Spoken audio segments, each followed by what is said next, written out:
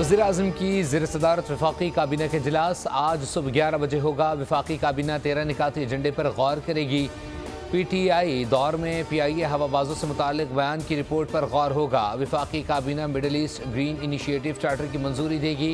वज़ारत तिजारत की सिफारिश पर टैरिफ रेट कोटे की तकसीम भी एजेंडे में शामिल।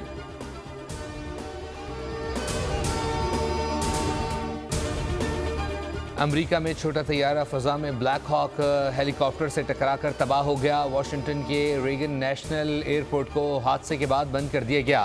तैयारे में 68 मुसाफिर सवार थे। अमरीकी मीडिया के मुताबिक रेस्क्यू टीमें जगह वक़्फ़ पर पहुंच गई हैं। सदर डोनाल्ड ट्रंप को हादसे से आगाह कर दिया गया। ICC चैंपियंस ट्रॉफी के लिए कौमी स्क्वाड का ऐलान आज मुतवक्के। स्क्वाड में फ़खर जमान की वापसी होगी। इमामुल हक हिस्सा नहीं होंगे। दूसरे ओपनर उस्मान खान को शामिल किया जाएगा। खुशदिल शाह भी मौजूद होंगे। 15 रुकनी स्क्वाड में कप्तान मोहम्मद रिजवान, बाबर आजम, सऊद शकील, कामरान गुलाम, सलमान अली आगा स्क्वाड का हिस्सा होंगे।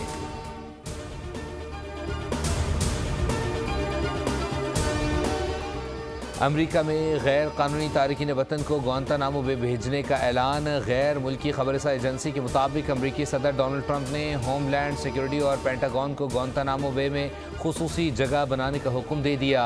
अमरीकी सदर डोनाल्ड ट्रंप ने लेकिन रिले एक्ट पर भी दस्तखत कर दिए। इस एक्ट के तहत गैर कानूनी तारकीन वतन को बाज़ाब्ता इल्ज़ाम आयद न होने के बावजूद जुर्म के शुबे में हिरासत में लिया जा सकेगा। ट्रंप कहते हैं नए कानून के तहत चोरी और पुरतशद्दुद जराइम में मुलव्विस अफराद को गिरफ्तार किया जा सकेगा।